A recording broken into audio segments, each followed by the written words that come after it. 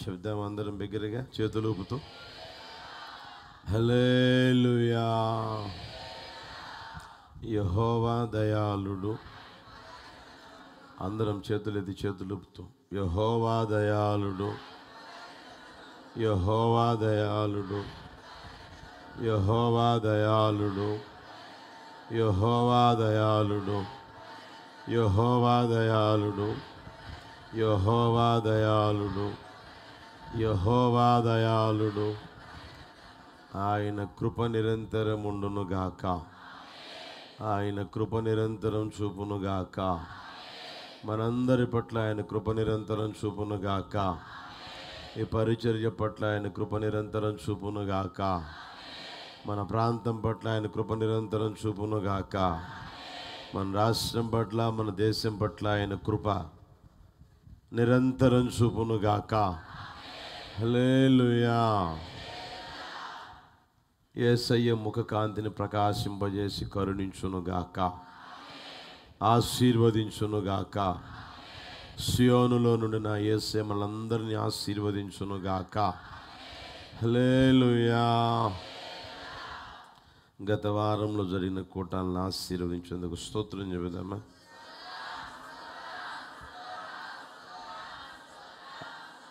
స్తోత్రం, స్తోత్రం, స్తోత్రం, స్తోత్రం, స్తోత్రం, స్తోత్రం, స్తోత్రం. 1వ తేదీ వాగ్దాన సందేశ కూడికిని ప్రభు ఆశీర్వదించేందుకు స్తోత్రం చెబుదామా? స్తోత్రం, స్తోత్రం, స్తోత్రం, స్తోత్రం, స్తోత్రం, స్తోత్రం. ఈ వారంలో మా పుట్టినరోజులు, పెళ్లి రోజులు ఉన్నాయని చేతులు ఎత్తండి. కనపడేటట్టు ఎత్తండి పూర్తిగా. ప్రభు వారిని ఆశీర్వదించినట్లుగా స్తోత్రం చెబుదామా?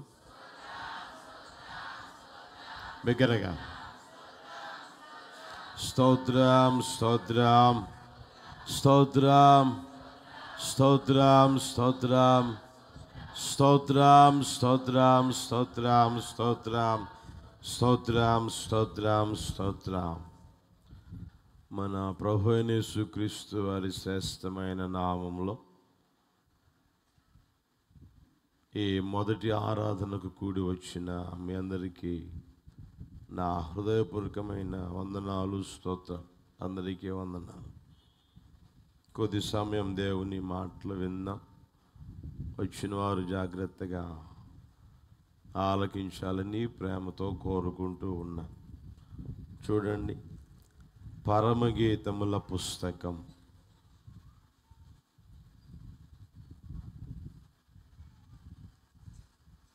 పరమగీతాల పుస్తకం 5వ అధ్యాయం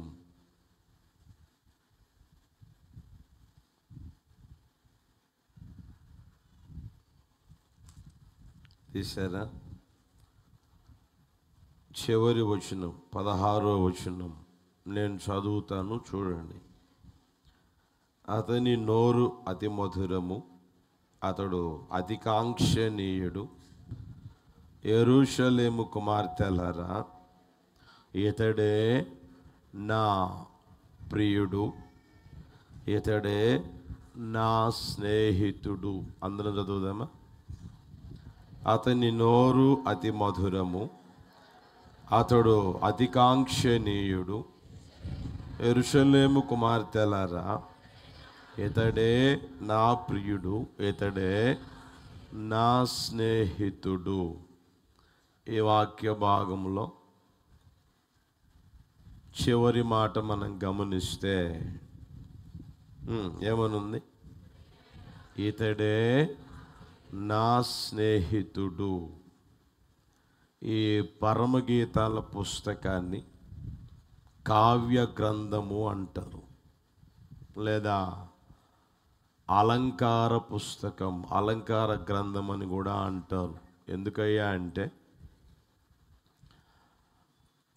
పెండ్లి కుమారుడైన యేసయ్యకు పెండ్లి కుమార్తెగా సిద్ధపరచబడుతున్న క్రీస్తు శరీరం అనే సంఘానికి మధ్య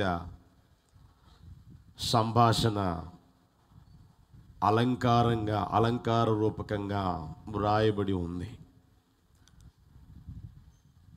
పెండ్లి కుమార్తె అంటే వధువు సంఘం వరుని చూసి మాట్లాడుతున్న మాటలో మనం చదువుకున్నాం. ఆ మాటలు చూస్తే పెండ్లి కుమార్తె అంటున్న మాట ఏంటంటే, ఆయన నోరు అతి మధురము, ఆయన అతికాంక్షణీయుడు, ఆయనే నా ప్రియుడు, ఆయనే నా స్నేహితుడు అని యెరూషలేము కుమార్తెలందరితో చెప్తూ ఉన్నట్లుగా మనం గమనించగలం. ప్రియమైన వారలారా, మనం క్రీస్తు శరీరం అనే సంఘంగా ఆయన తీర్చిదిద్దుతూ ఉన్నాడు. పెండ్లి కుమార్తెగా మనల్ని మనం అలంకరించుకొనగలిగే ఆ కృప వెంబడి కృపని ప్రభు మనకు అనుగ్రహిస్తూ ఉన్నాడు. ప్రకటన పుస్తకంలో మనం గమనిస్తే పెండ్లి కుమార్తె తన్ను తాను చెప్పండి సిద్ధపరుచుకుంటూ ఉంది అని వ్రాయబడి ఉంది. పెండ్లి కుమార్తెగా మనం సిద్ధపడుతూ ఉన్న మన వ్యక్తిగత జీవితాల్లో మనం ఆలోచన చేస్తే యేసు ప్రభుని మనం చూస్తూ మనం ఏమనగలగాలయ్యా అంటే, యేసయ్యే నా స్నేహితుడు అనండి, మరలా అనండి, యేసయ్యే నా స్నేహితుడు. హల్లెలూయా, హల్లెలూయా. దేవుని బిడ్డలకు ఉండవలసిన ముఖ్య స్నేహితుడు ఎవరయ్యా అంటే నజరేయుడైన, చెప్పండి గట్టిగా, నజరేయుడైన యేసయ్య. యేసయ్యే స్నేహితుడు, యేసయ్యే ప్రాణప్రియుడు, యేసయ్యే మంచి స్నేహితుడు. ప్రియమైన వారలారా, లోకములో మనం జీవిస్తూ ఉన్నప్పుడు మనకంటూ స్నేహితులు అనేవాళ్ళు ఉంటారు. మనకంటూ స్నేహితులు అనేవాళ్ళు ఉంటారు. ఎవరికి తగిన స్నేహితులు వాళ్ళకి తప్పకుండా ఉంటారు. వారిని చాలా ప్రేమిస్తూనే ఉంటారు, చాలా ఆప్యాయంగా పలకరిస్తూనే ఉంటారు. వారి గురించి ఇతరులకు కూడా చెప్తానే ఉంటారు. ఇద్దరు కలిసి మాట్లాడుకుంటూ ఉంటే నీకు పరిచయమైన వ్యక్తి ఆలోపు వచ్చారనుకోండి, ఎవర్రా ఇతను అని అంటే, ఇతడు చెప్పండి నా స్నేహితుడండి, నా ప్రాణ స్నేహితుడండి, లేకపోతే నా మంచి స్నేహితుడండి. ఇప్పటిది కాదండి మా బంధం ఇంచుమించుగా 6వ తరగతిలో ప్రారంభమైందండి. మా బంధం 10th క్లాసులో ప్రారంభమైందండి. మా బంధం ఇంటర్మీడియట్లో, లేకపోతే పలానా అని మనం చెప్పుకుంటూ ఉన్నాం. మనం గమనించగలుగుతానే ఉన్నాం. వారిని గురించి బెస్ట్ ఫ్రెండు అంటారు, లేదా క్లోజ్ ఫ్రెండ్ అంటారు, లేదా ఫ్యామిలీ ఫ్రెండ్ అంటారు, లేదా స్వీట్ ఫ్రెండ్ అంటారు, లేదా లవ్లీ ఫ్రెండ్ అంటారు. ఇంకా మనం గమనించామనుకోండి, అమ్మాయి ఆ అబ్బాయి ఎవరు అని అంటే చెప్పండి, ఏం చెప్పట్లేదా, నా బాయ్ ఫ్రెండు, లేకపోతే ఆ అబ్బాయిని అడిగామనుక ఆ అమ్మాయి ఎవరు అని నా గర్ల్ ఫ్రెండు అనేవాళ్ళు కూడా ఉన్నారు. మనం చూస్తూనే ఉన్నాం, అలాంటి మాటలు మనం చెవులతో వింటానే ఉన్నాం. ప్రియమైన వాళ్ళ లోకంలో ఉన్న స్నేహితులు కొంతకాలం బాగానే ఉంటారు, కొంతకాలం రాసుకుంటారు, పూసుకుంటారు. ఆ తర్వాత ఏమండి ఒకరి గురించి ఒకరు పొగుడుకుంటారు, ఒకరి గురించి ఒకరు ఘనంగా చెప్పుకుంటారు. ఆ తర్వాత రోజులు గడవగా ఏదైనా తేడా వచ్చిందనుకోండి, అదే బెస్ట్ ఫ్రెండ్స్, అదే లవ్లీ ఫ్రెండ్స్, అదే గుడ్ ఫ్రెండ్స్, అదే ఏమండి ఫ్యామిలీ ఫ్రెండు లేదా క్లోజ్ ఫ్రెండ్ ఏమవుతాడో తెలిసినా శత్రువుగా మారిపోతాడు. లోకంలో ఉన్న స్నేహితుల సంగతి చెప్తూ ఉన్నా, శత్రువులుగా మారిపోతారు. ఎంతగా తెలిసినా అంతకు ముందు ఎంతగా అయితే క్లోజ్ ఫ్రెండ్ అన్నారో, ఫ్యామిలీ ఫ్రెండ్ అన్నారో, అంతగా బద్ధ శత్రువులుగా మారిపోయి ఒకరి మధ్య ఏమన్నా ఇద్దరి మధ్య ఏదైనా అగ్గిపుల్ల వేసామనుకోండి ఎలా ఉంటుందంట, బగ్గుమని మండుద్ది అనమాట. ఏదైనా ఒక మాట చెప్పామే, వాడి గురించి నాకెందుకు చెప్తావురా, ఆమె గురించి నాకెందుకు చెప్తావురా. ఎప్పుడు ఏదైనా తేడా వస్తే బగ్గుమంటుంది అనమాట. అంటే పెట్రోల్ పోసినట్టుగా ఉంటుంది. ప్రియమైన వాళ్ళరా, లోక స్నేహితులు అలా ఉంటారు. రోజులు గడవగా బద్ధ శత్రులుగా మారిపోతారు. ఆ రోజుల్లో మనం చూడగలుగుతూనే ఉన్నాం, ఈ రోజుల్లో మనం చూడగలుగుతూనే ఉన్నాం, తర్వాత రోజుల్లో కూడా మనం ఏమండి దేవుడు ఆయుష్ ఇచ్చాడు అనుకోండి, చూడగలుగుతూనే ఉంటాం. ప్రియమైన వాళ్ళరా, అయితే మన యేసయ్య ఎవరయ్యా అంటే మనకి బెస్ట్ ఫ్రెండ్గా ఉండును గాక, క్లోజ్ ఫ్రెండ్గా ఉండును గాక, ఫ్యామిలీ ఫ్రెండ్గా ఉండును గాక, స్వీట్ ఫ్రెండ్గా ఉండును గాక, హల్లెలూయా, లవ్లీ ఫ్రెండ్గా ఉండును గాక. యేసయ్యకి మహిమ కలుగును గాక.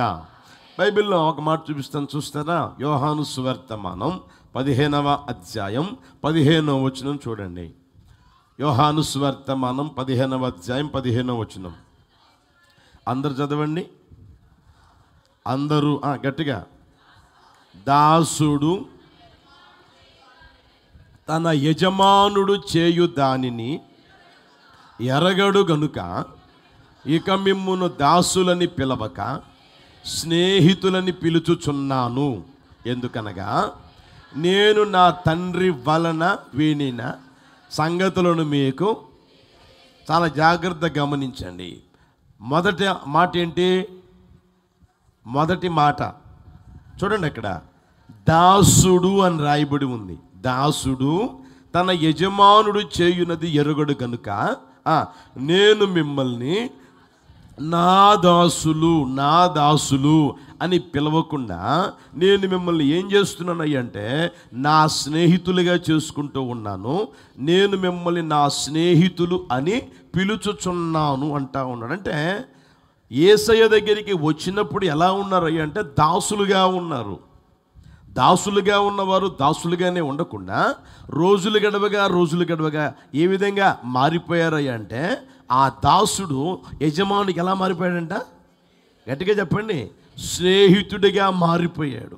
యేసయ్య దాసునైనా సరే స్నేహితుడిగా చేసుకునే వాత్సల్యత కలిగిన దేవుడు మనం ఆరాధన చేస్తున్న నజరేయుడైన యేసయ్య. హల్లెలూయా, హల్లెలూయా.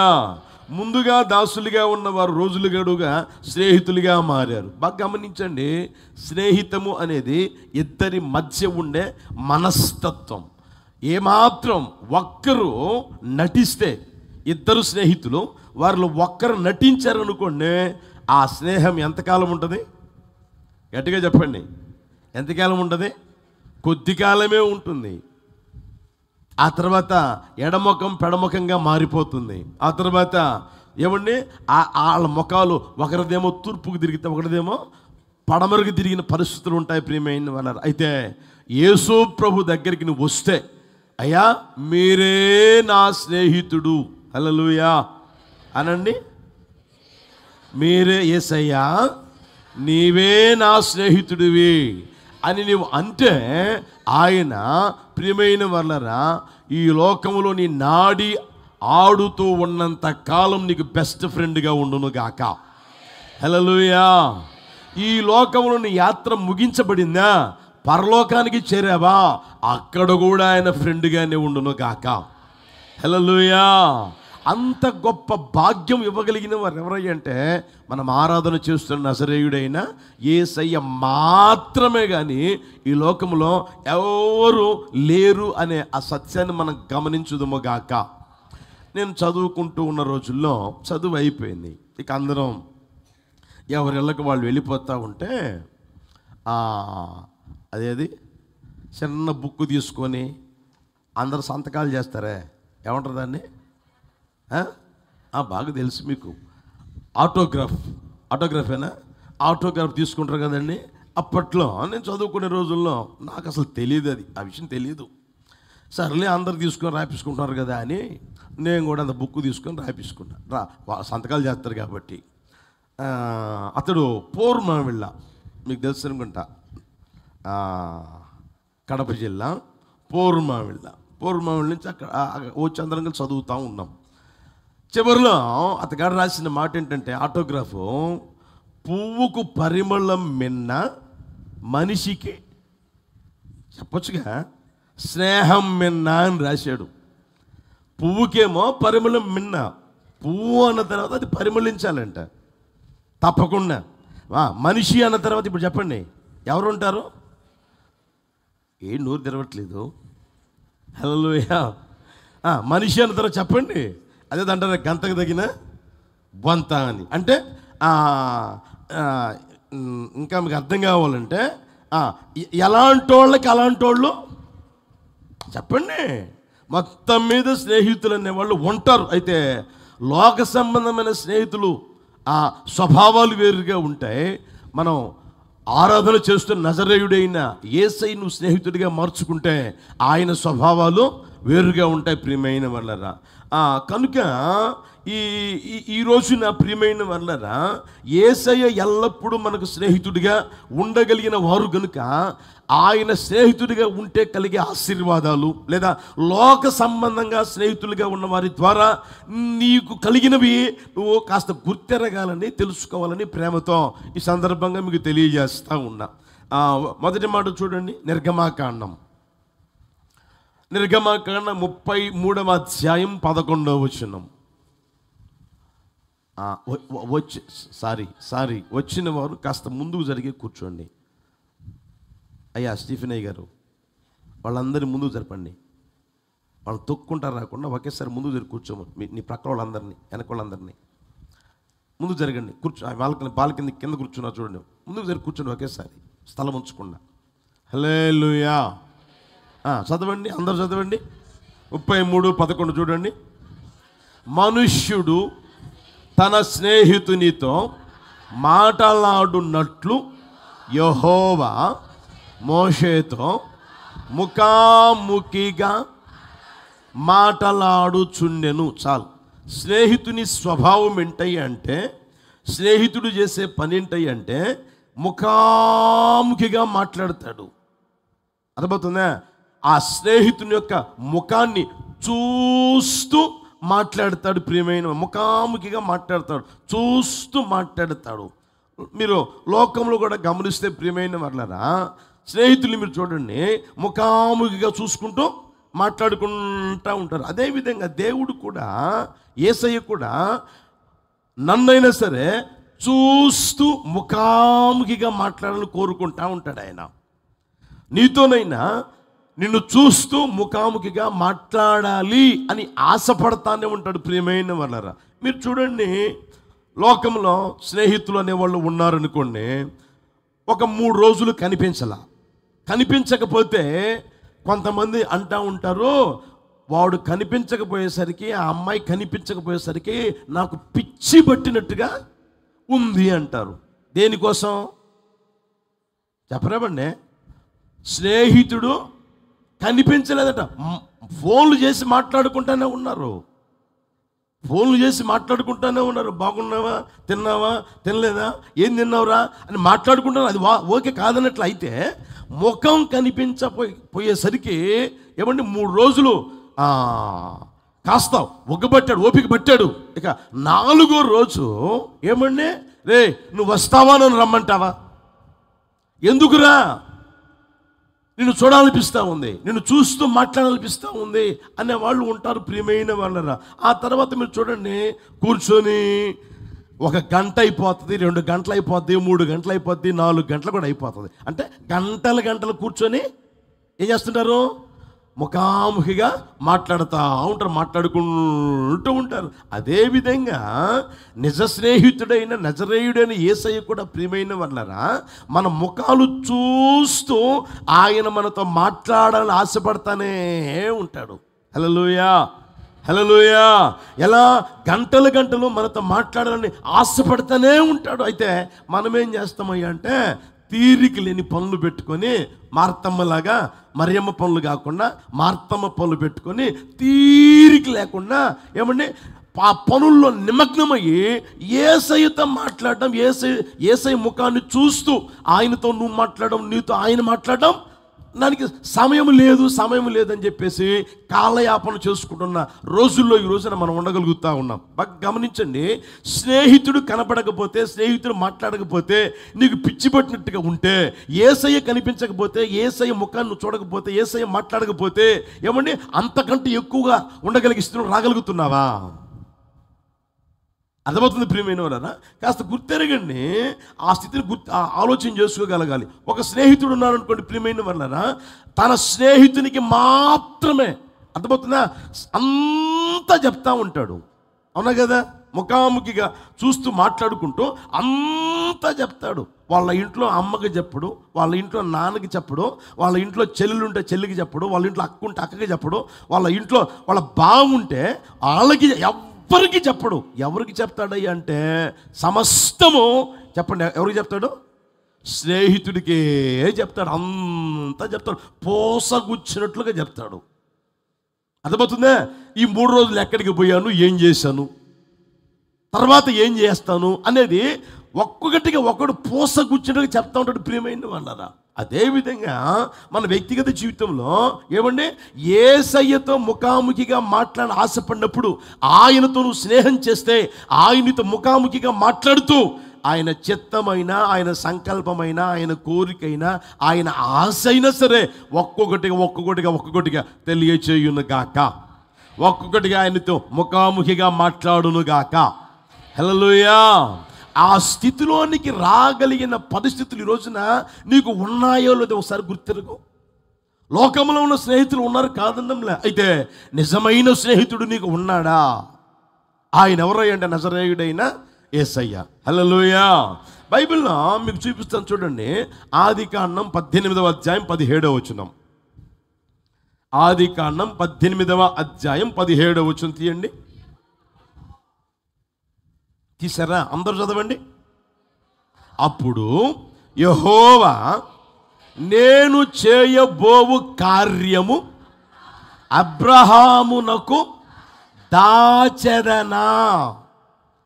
అబ్రహాముకు దాచెదనా అంటాను. అంటే అబ్రహాముకి దేవుడు చెయ్యబోయే కార్యాన్ని కూడా చెప్పాలి అని తపన పడతా ఉన్నాడు, ఆశపడతా ఉన్నాడు ప్రియమైన వారన్న. ఎందుకు అని అంటే అబ్రహాము దేవునికి ఎవరంట? చెప్పండి గట్టిగా. 41:8 చూడండి, యెషయా పుస్తకం 48:1. 48:1 త్వరగా.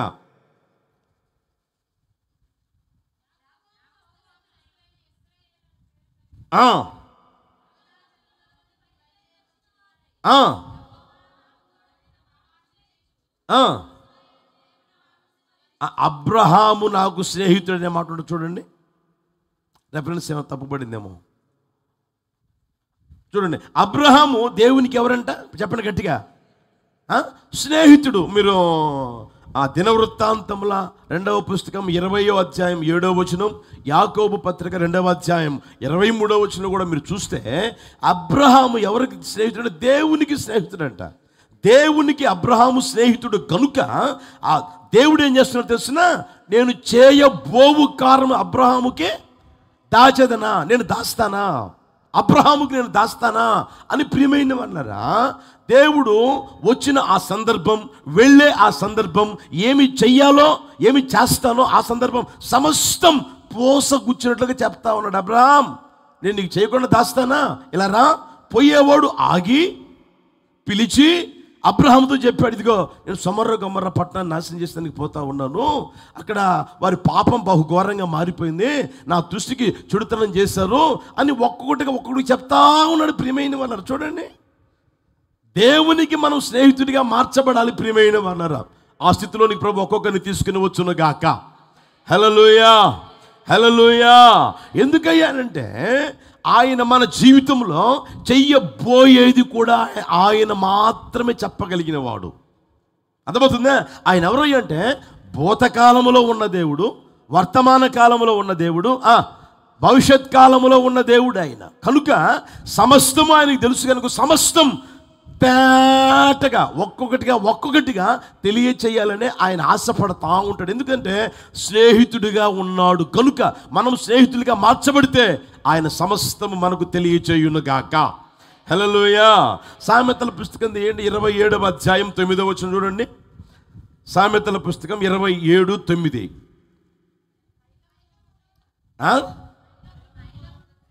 చెప్పండి గట్టిగా. ఏంటి? తైలమును అత్తరును హృదయమును సంతోషపరచున్నట్లు చెలికాని హృదయములో నుండి వచ్చు మధురమైన మాటలు హృదయమును సంతోషపరచును. ఆ మాట గమనించండి. చెలికాని అంటే స్నేహితుని హృదయములో నుండి వచ్చు మాటలు ఎలాంటివంట? గట్టిగా చెప్పండి, అందరు చెప్పండి. స్నేహితుని హృదయములో నుండి వచ్చే మాటలు ఎలాంటివంట? మధురమైన మాటలుగా ఉండాలి. అర్థమవుతుందే? దేవుడు మీరు చూడండి, ఎవరితో ఎప్పుడు ఏమి చెప్పినా అవి మధురమైన మాటలుగానే ఉన్నాయి. ప్రియమైన వాళ్ళరా, యేసు ప్రభు ఒక మాట అన్నారు. ఏమని తెలిసిన? ఆయన అన్న మాట ఏం తెలిసిన? ప్రియమైన వాళ్ళరా, నీకు ఉపదేశము చేస్తాను, నీవు నడవలసిన త్రోవ నీకు బోధిస్తాను, నీ మీద దృష్టి ఉంచి నీకు చెప్పండి. నీకు ఎందుకని? ఆయన మంచి స్నేహితుడు కనుక, ఆయన నిజమైన స్నేహితుడు కనుక. ఆ స్నేహితుడు ఏం చేస్తాడంటే మంచి ఆలోచనలు చెప్తాడు, మంచి మధురమైన మాటలే ఆయన మనకి బోధించునుగాక. హల్లెలూయా.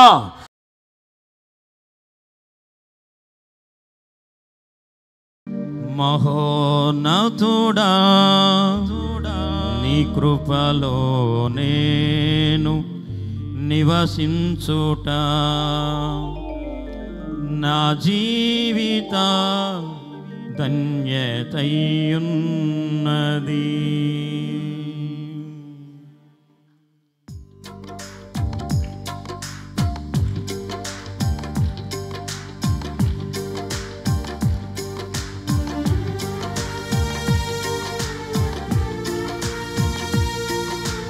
సంతోషంగా చప్పట్లు కొడుతూ ప్రభుని మహిమపరుచుకుందాం.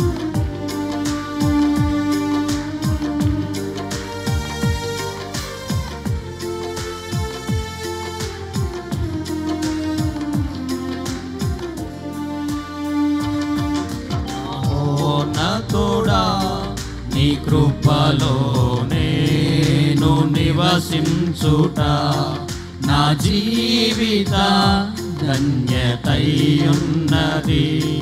మహోన్నతుడా, నీ కృపలో నేను నివసించుట మహోన్నతుడా, నీ కృపలో నేను నివసించుట నా జీవిత ధన్యతయున్నది. నా జీవిత ధన్యతయున్నది.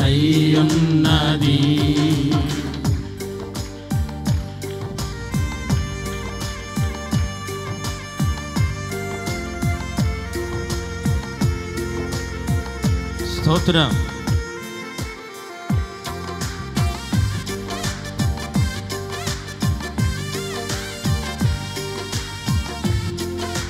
హుషారుగా సంతోషంగా ప్రభువును స్తుతించుకుందాం.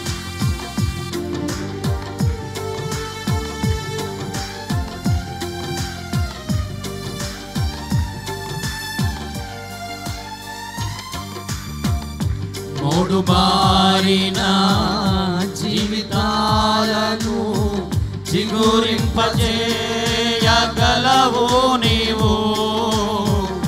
మూడు బారిన జీవితాలను చిగురింపజేయగలవు నీవు. మారానుభవం మధురముగా మార్చగలవు నీవు.